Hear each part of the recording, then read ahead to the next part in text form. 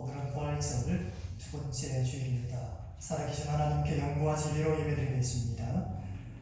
아버지께 참되게 예배하는 자들은 영광과 진리로 예배할 때가 오나니 곧 이때라. 아버지께서는 자기에게 이렇게 예배하는 자들을 찾으시느니라.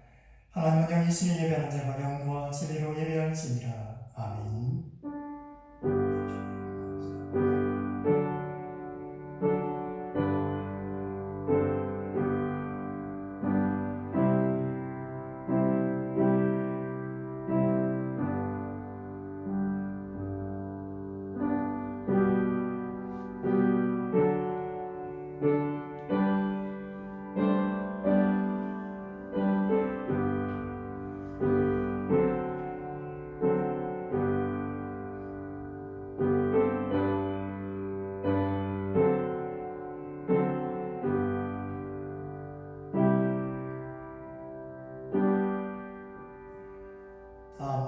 교동문 10분을 기도하겠습니다. 시편 16편 1절부터 8절까지 말씀입니다. 교동문 10번 시편 16편 1절부터 8절까지 말씀을 기도하겠습니다. 하나님이여 나를 지켜주소서. 내가 죽게 피하나이다. 내가 여기 아래되 주는 나의 주인이시오 주밖에는 나의 복이 없다 하였나이다. 땅에 있는 성도들은 존귀한 자들이니 나의 모든 즐거움이 그들에게 있도다. 다른 신에게 예물을 드리는 자는 괴로움이 더할 것이라. 나는 그들이 드리는 피의 선제를 드리지 아니하며 내 입술로 그 이름도 부르지 아니하리로다. 여호와는 나의 산업과 나의 잔의 소득이 있으니 나의 분깃을 지키시나이다. 내게 줄로 세워준 구역은 아름다운 곳에 있으며 나의 이름이 실로 아름답도다. 나를 훈계하신 여호와를 송축할지라. 밤마다 내 양심이 나를 교훈하리라. 내가 여호와를 항상 내 앞에 모시며 그가 나의 오른쪽에 계심으로 내가 흔들리지 아니하리로다. 아멘. 다 함께 찬송 36장을 드리겠습니다. 통일 찬송과 동일한 36장입니다. 찬송 36장을 부르겠습니다.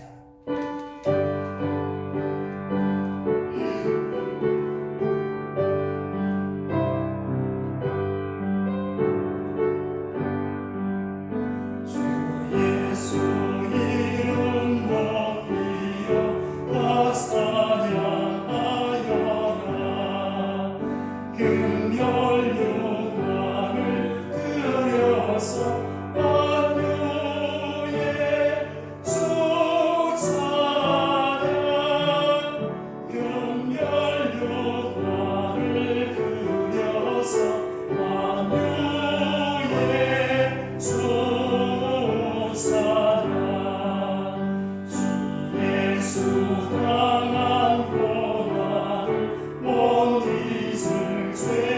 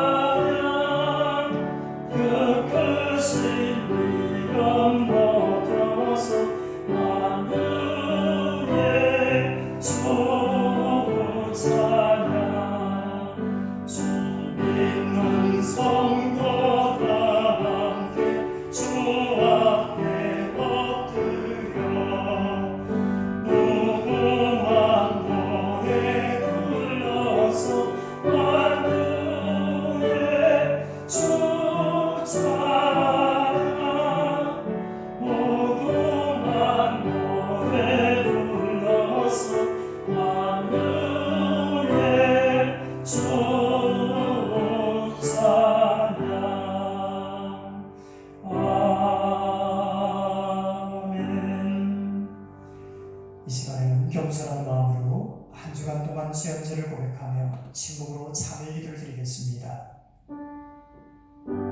주님 도우소서.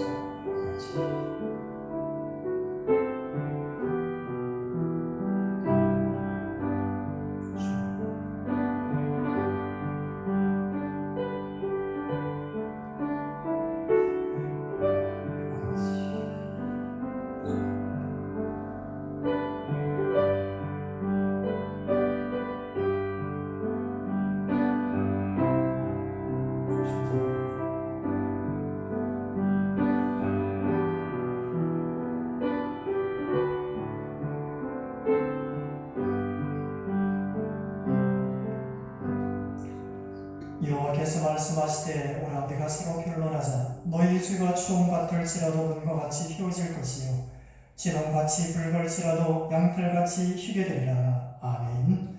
다 함께 사도신경으로 신앙 고백하겠습니다. 나는 전능하신 아버지 하나님 천지의 창조주를 믿습니다. 나는 우리의 유일하신 아들 우리 주 예수 그리스도를 믿습니다. 그는 성령으로 잉태되어 동정녀 마리아에게서 나시고 본디오 빌라도에게 고난을 받아 십자가에 못 박혀 죽으시고 장수된 지 사흘 만에 죽은 자 가운데서 다시 살아나셨으며 하늘에 올시어 전능하신 아버지 하나님 우편에 앉아 계시다가 거기로부터 살아있는 자와 죽은 자를 심판하러 오십니다. 나는 성령을 믿으며 거룩한 공교회와 성도의 교제와 죄를 용서하는 것과 몸의 부활과 영생을 믿습니다. 아멘. 다 함께 찬송 165장을 찬양하겠습니다. 찬송 165장입니다.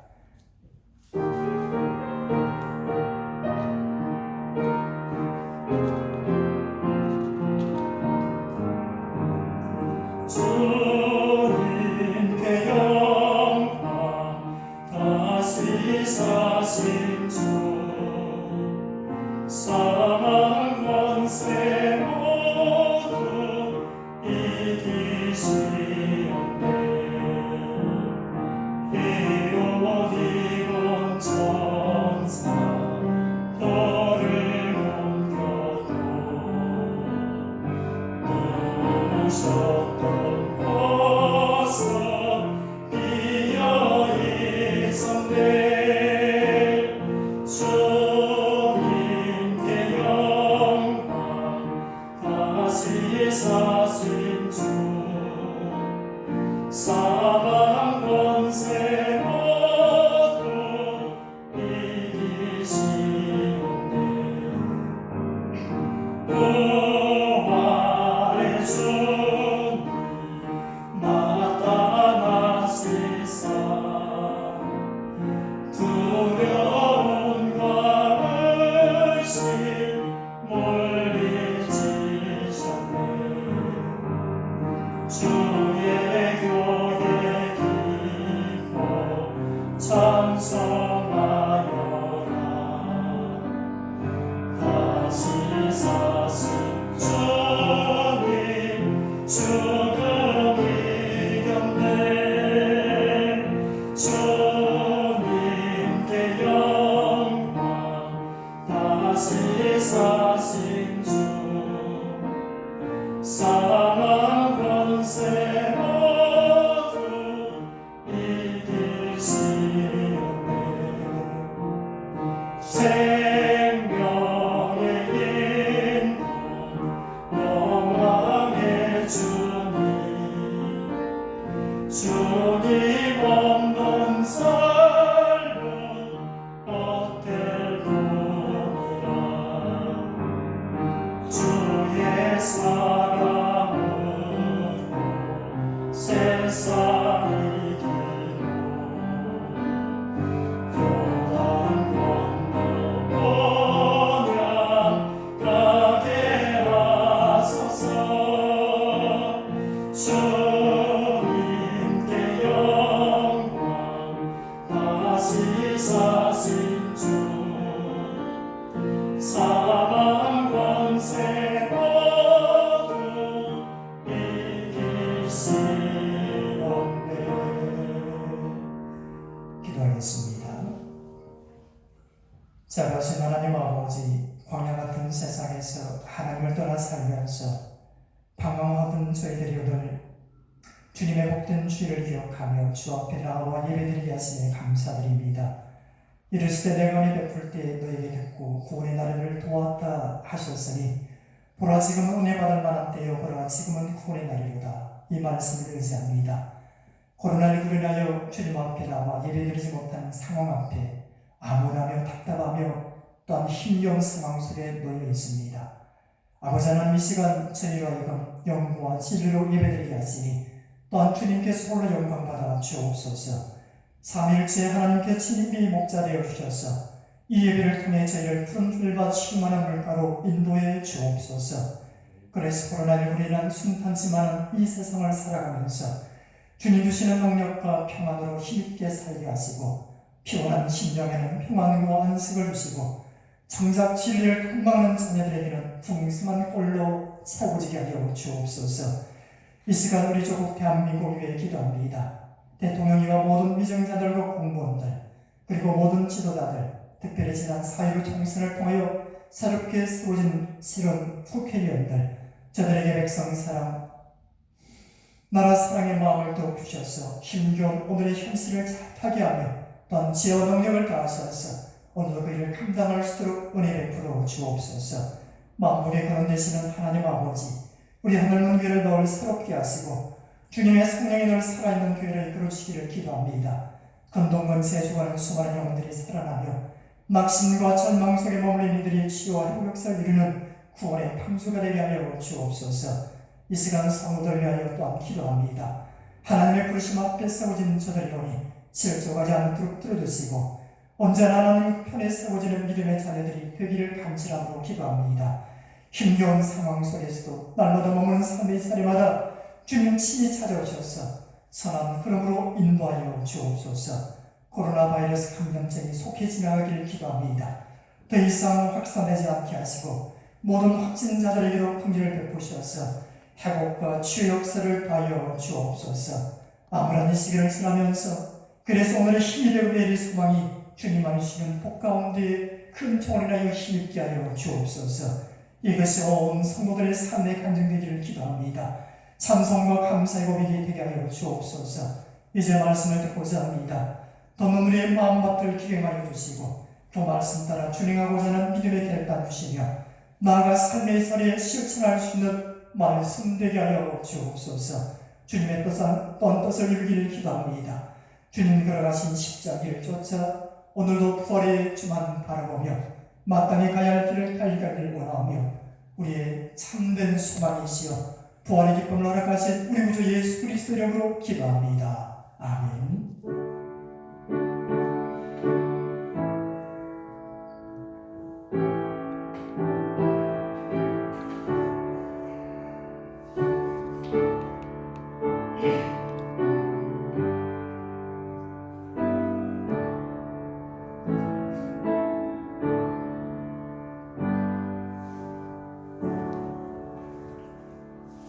오늘 하나님께서 우리에게 주시는 말씀은 신약성경 베드로전서 1장 3절부터 12절까지 말씀입니다. 제가 가진 성경은 신약성경 376면에 있습니다. 베드로전서 1장 3절부터 12절까지 말씀입니다.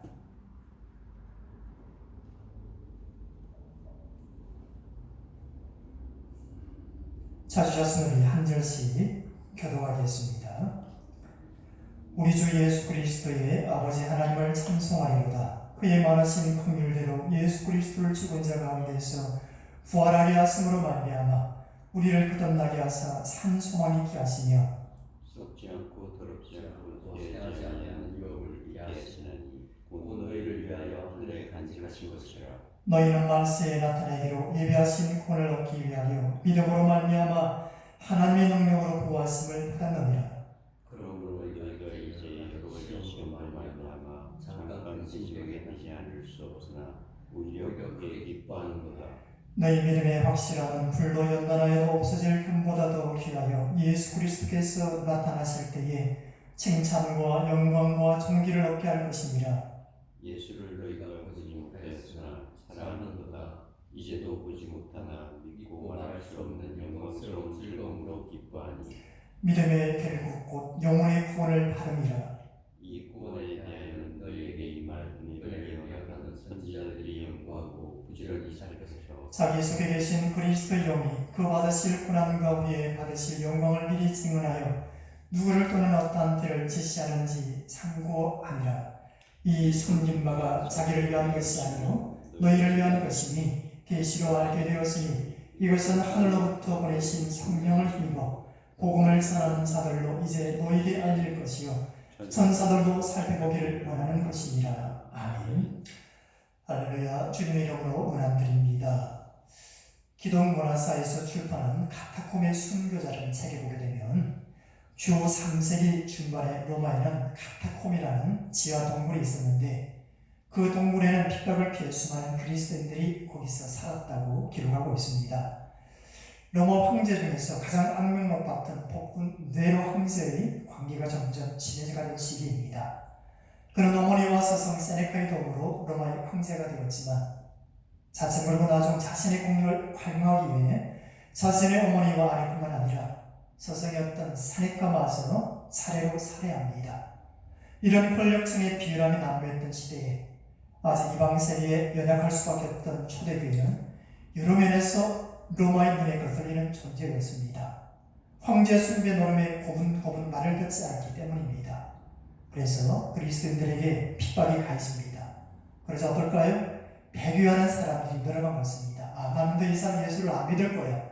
나는 예수 믿는 사람이 아니다라고 이렇게 배교하는 사람들이 차츰 늘어만 갑니다. 더욱이 경제적으로 정치적으로 압박을 가해옵니다. 그런 시기에 사도 베드로는 핍박받는 그리스도인을 향하여 이 편지를 쓰게 됩니다. 그리고 이렇게 말합니다. 본문 6절입니다. 그러므로 너희가 이제 여러 가지 시험을 인하여 잠깐 근심되지 않을 수 없었으나 오히려 크게 기뻐하라.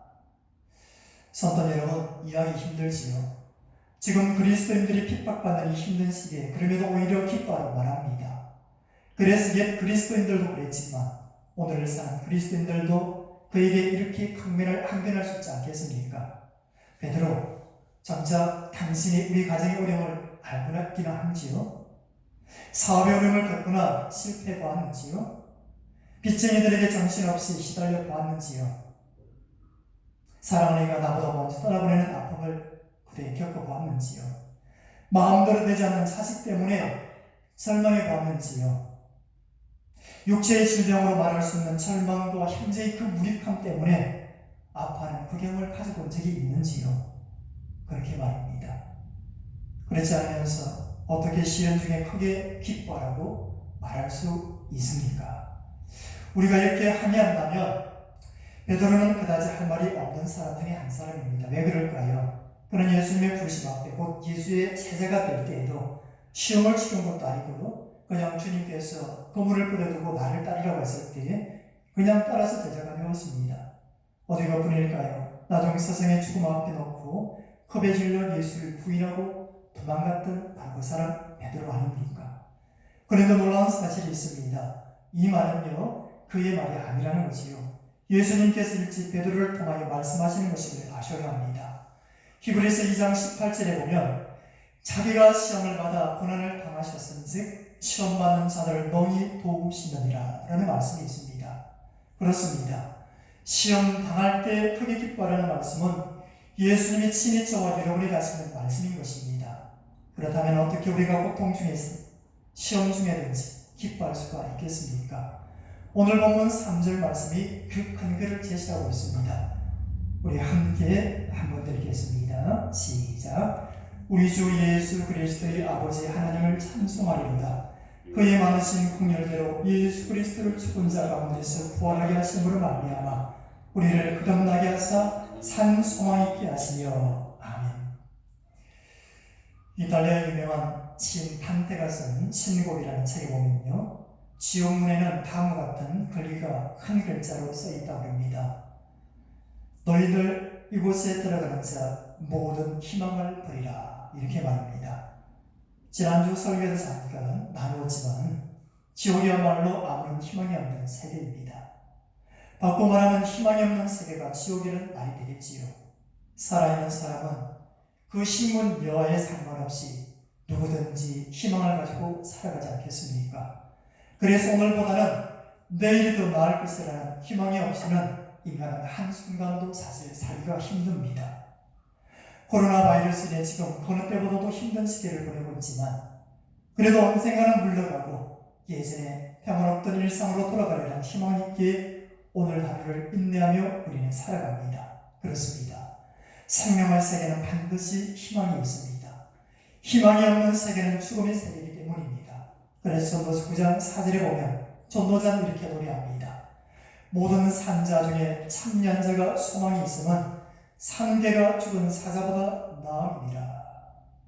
더 이상 호흡이 멈춘 시체로부터는 그 어떤 희망도 걸 수가 없기 때문입니다.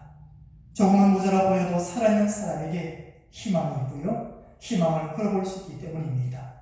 이처럼 하나님 우리에게 주시고자 하시는 소망도 죽은 소망이 아니라 바로 산 소망인 것입니다. 그런데 여기서 말하는 산 소망이란 살아있는 소망 그 이상의 것을 사실 의미합니다. 무엇일까요? 즉 단순한 묘사가 아닙니다. 소망 자체가 마치 살아있는 생물처럼 행동하며 움직이고 있다는 사실입니다. 따라서 이 소망은 활력을 불어주는 원리이며 겉으로 나타나게 되며 또한 그것이 풍성하여 흘러넘치며 우리의 기분을 한껏 고양시키기도 합니다. 따라서 그리스도인이 품고 있는 소망은 더 이상의 두려움에 대한 그 요지를 허락하지를 않습니다. 즉 상소망 있는 한 우리는 신념에서 나오는 심리적 상태가 아니라 하나님께로부터 선물로 주어지는 것이며 궁극적으로는 예수 그리스도 그분 자신이 소망의 본체이신다는 사실입니다. 반대로 죽은 소망은 어떨까요? 우리가 혼란 중에 기뻐할 수 있는 능력을 주지 못합니다.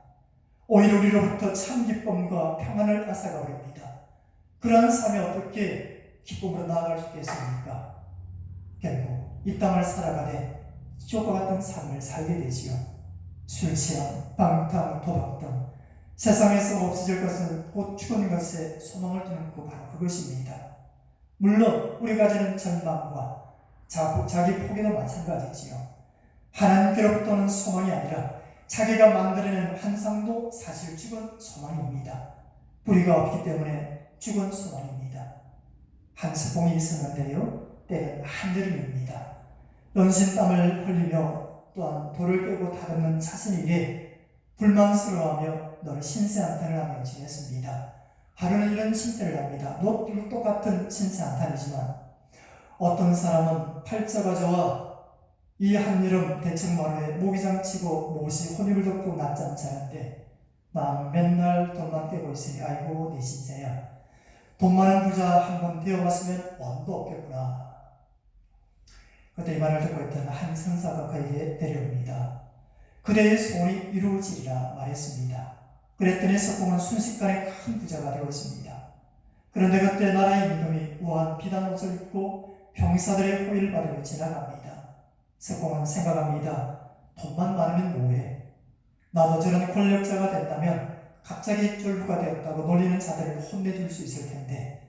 그러자 또다시 천사가 내려와 그에게 말합니다. 지금 그대가 소원했던 것이 그대로 이루어지리라. 그 순간 그는 일시에 권력자가 되었습니다. 그러나 그에는 유난히 피가 많이 내렸습니다. 그러자 백성들은 임금이 득이 없어 이렇게 애꿎은 백성들만 죽어간다고 연신 위정자들과 왕을 향해 욕을 해댑니다. 그래서 다음으로 그는 뜨거운 햇빛이 되기를 원했습니다. 그것 또한 이루어지게 됩니다.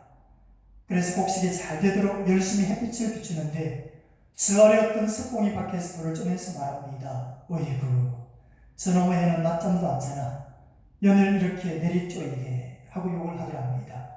세상의 욕망은 저런 끝이 없습니다. 어느 것 하나들 우리에게 참 평안을 가져다 주지 못하기 때문입니다. 환난을 힘을 주지 못한다는 거지요. 따라서 우리 믿음의 사람들은 주께서 각자 주시는 상소망을 꼭 붙들 때에 승리하는 삶을 살 수 있는 줄 믿습니다. 사도 베드로는 이런 점에서 그리스도인이 당하는 환난을 믿음의 시련으로 이해하였습니다. 그러면서 오히려 그 시련을 크게 기뻐하라고 말합니다. 그런데 우리는 오히려 그런 고통스러운 환경을 제거하려고 기도하고 있지 않은지를 생각해 봐야 합니다. 이처럼 이 고통스러운 환경을 변화시켜달라고 기도할 것이 아니라 그 환경을 대하는 우리의 마음 자세를 먼저 바꾸라는 거지요. 그래서 사도 베드로는 앞서 말씀드린 것처럼 예수 그리스도를 쫓는 자, 예수 대장한 자, 곧 그리스도인들이 당하는 환난을 믿음의 시위로 생각하는 것입니다. 여러분, 환난을 보고 겁먹거나 절망하거나 원망하거나 또는 격분하지 말고 오히려 크게 기뻐하는 것입니다. 사자굴에 들어갈지라도 기뻐하는 것입니다. 힘든 십자가를 지고 갈지라도 크게 기뻐하는 것입니다. 예수 믿는다는 것 때문에 때로는 내가 따돌림을 당하고 때로는 일상의 풍족함을 치우겠더라도 기뻐하는 것입니다. 사업이 힘들거나 때로는 실패해서도 기뻐하는 것입니다. 빚쟁이들에게 정신없이 달리고 있어도 기뻐하는 것입니다. 사랑을 이런 극한 슬픔 속에서도 기뻐하는 것이지요. 육체의 질병으로 말할 수 있는 절망과 무기력감이 가족에게나 혹은 나에게 찾아올지라도 기뻐하는 것입니다. 그렇다면 왜 이런 힘든 상황 속에서 기뻐하는 것일까요? 우리는 이 질문 앞에 예수 그리스도께서 주셨던 그 말씀을 들으셔야 합니다. 그분이 바로 우리의 산 소망이기 때문입니다. 문제는 우리에게 닥치는 환난 풍파가 아니라 우리는 참 소망이신 예수 그리스도를 붙들고 있는지가 중요합니다. 말씀 앞에 서셔야 합니다. 예수께서 말씀하신 바를 내가 듣고서 그 말씀에 의지하여 사셔야 합니다.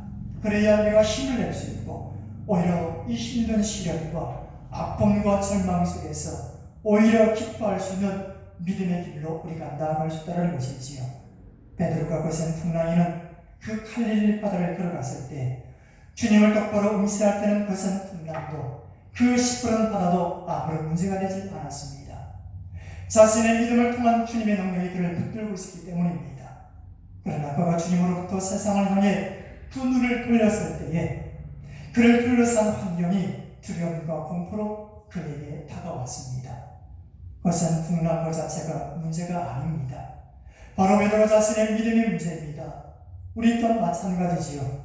우리의 환경과 문제가 아니라 주님을 온전히 바라보는 믿음이 문제라는 것을 기억하면서 어떤 환경 속에서도 낙심하거나 절망하지 않고 믿음으로 주님만을 의지하고서 끝까지 거기를 붙들 수 있기를 주님 이름으로 축복합니다. 언젠가 나누듯이요. 이 위기란 말은 위험이란 말과 기회란 말이 합성어 되었습니다. 위험한 사건이나 환경은 객관적인 것입니다. 즉 환경 자체가 절망스럽다거나 슬픈 것이 아니라 그 환경에 대처하는 사람의 느낌에 따라 때로는 절망스럽기도 하고 소망스럽기도 한 것입니다. 따라서 위기란 어떤 환경에 대해서 자신의 내적인 힘으로는 도저히 감당할 수 없거나 견디기 힘들 때 발생하는 것입니다. 여러분의 이해를 돕기에 옛날 경험을 하나 나누고자 합니다. 1984년 8월 20일 신명교육대에 입소하였습니다. 입사하던 그 첫날 좌로 우르 굴러 뒤로 지침 앞으로 지침 이라고 외치는 조교의 명령에 아픈 그 가슴팍으로 날아오는 그 전파 이력은 참으로 크고 충격이었습니다. 그냥 신발이 아니라 마치 신의 발처럼 무서웠습니다. 저는 얼마나 깨지고 부셨던지요. 지금도 그때 기억을 떠올려보면 아찔합니다. 물론 지금은 웃어서 넘길 수가 있지요. 이후 훈련소 내부한 동기들을 살펴보면서 느낀 적이 있습니다. 남은 훈련소 훈련 기간을 죽을 맛으로 이기는 이들이 있는가 하면 어떤 친구는 모든 상황이 견디기 힘든 상황이었음에도 불구하고 은근히 그것을 즐기는 것을 볼 수가 있었습니다. 언젠가는 이 훈련소 생활도 끝날 것이라는 그의 지론입니다. 그래서 그 친구에게는 훈련소 생활이 오히려 마치 병정놀이 같았던 모양입니다. 저와 여러분은 산 소망이 되신 예수 그리스도를 믿음으로 꼭 붙들고 살고 있는지요? 그다음 여러분을 당부합니다. 산 소망이신 예수 그리스도를 믿음으로 꼭 붙들 수 있길 바랍니다. 그분은 우리의 힘이 되시며 우리의 방패가 되시며 우리의 피할 요새이시며 상승이시기 때문입니다. 그분을 믿음으로 내가 바라볼 때에 우리가 어떤 환난을 당하더라도 넉넉히 이겨내며 그 어떤 환경에서도 오늘도 주께서 인도하시는 그런 대로 내가 담대히 서며 나아갈 수 있기 때문입니다. 내 지식 붙들지 말고요.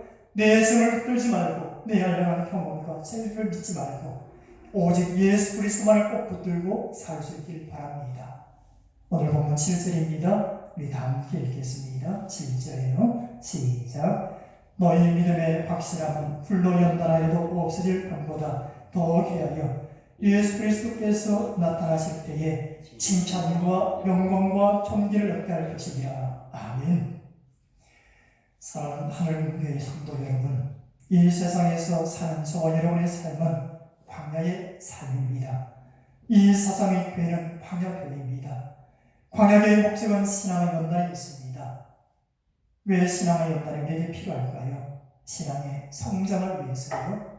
오늘 우리가 원하는 상화의 삶을 위해서입니다. 행동할 때뿐만 아니라 무엇보다도 권고할 때 또 하나님을 의지하는 하늘의 사람이 되기 위해서입니다. 따라 성장하지 않는 그리스도인은 살아도 죽은 목숨입니다. 종교인은 될지 몰라도요, 결코 하나님이 기뻐하시는 자낼 수는 없다는 말입니다.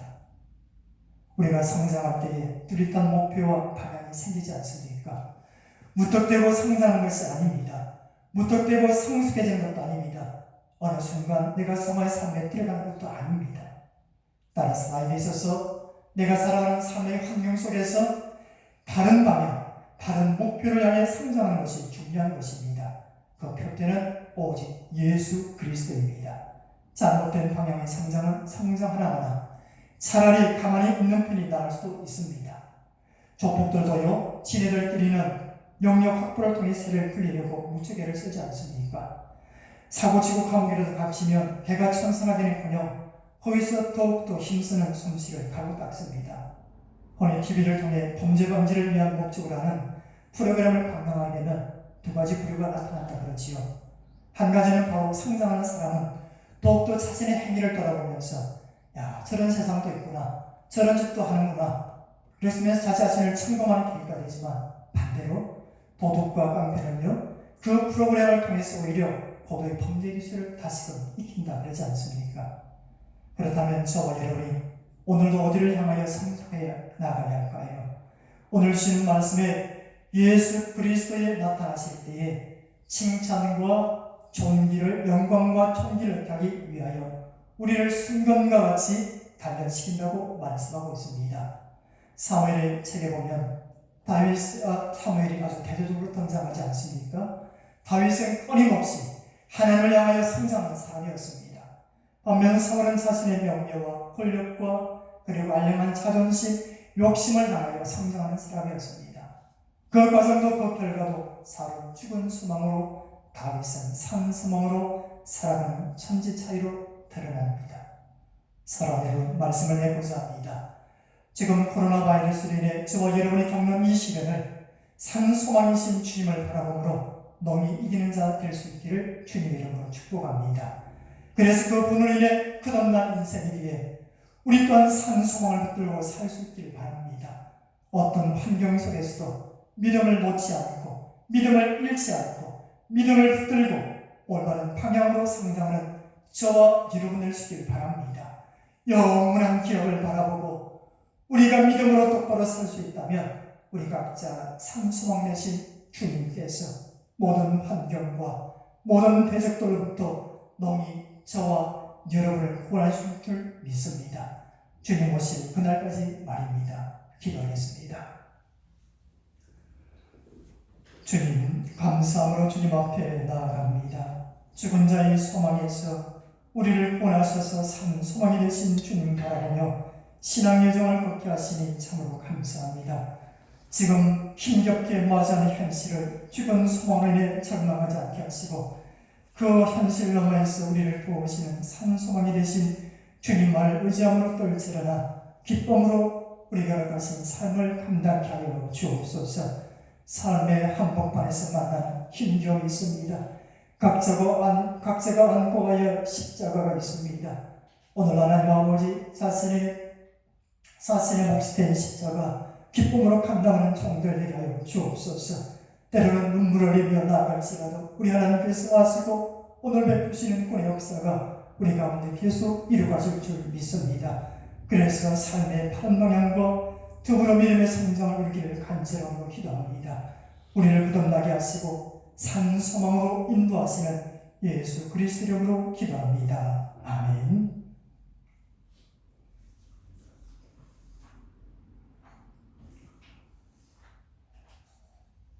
계속해서 주일 현장 예배는 계속 드리도록 그렇게 하겠습니다. 수요 예배 금요 기도회는 4월 한 달 동안 없고요. 5월 1일 금요일부터 금요 기도회, 5월 6일 수요일부터 수요 예배를 그렇게 드리도록 그렇게 하겠습니다. 개인적으로 개인 건강 잘 챙기시고 또 기도하실 때마다 코로나 바이러스가 속히 종식되며 또 확산되지 않고 일상의 평화로운 우리 가운데 그리고 마음껏 주의 전에 나와 기쁨으로 감사 예배를 드릴 수 있는 그날이 속히 오더라고 여러분도 함께 기도할 수 있기를 바랍니다. 결단 찬송은 우리 412장입니다. 412장 다 함께 부르겠습니다.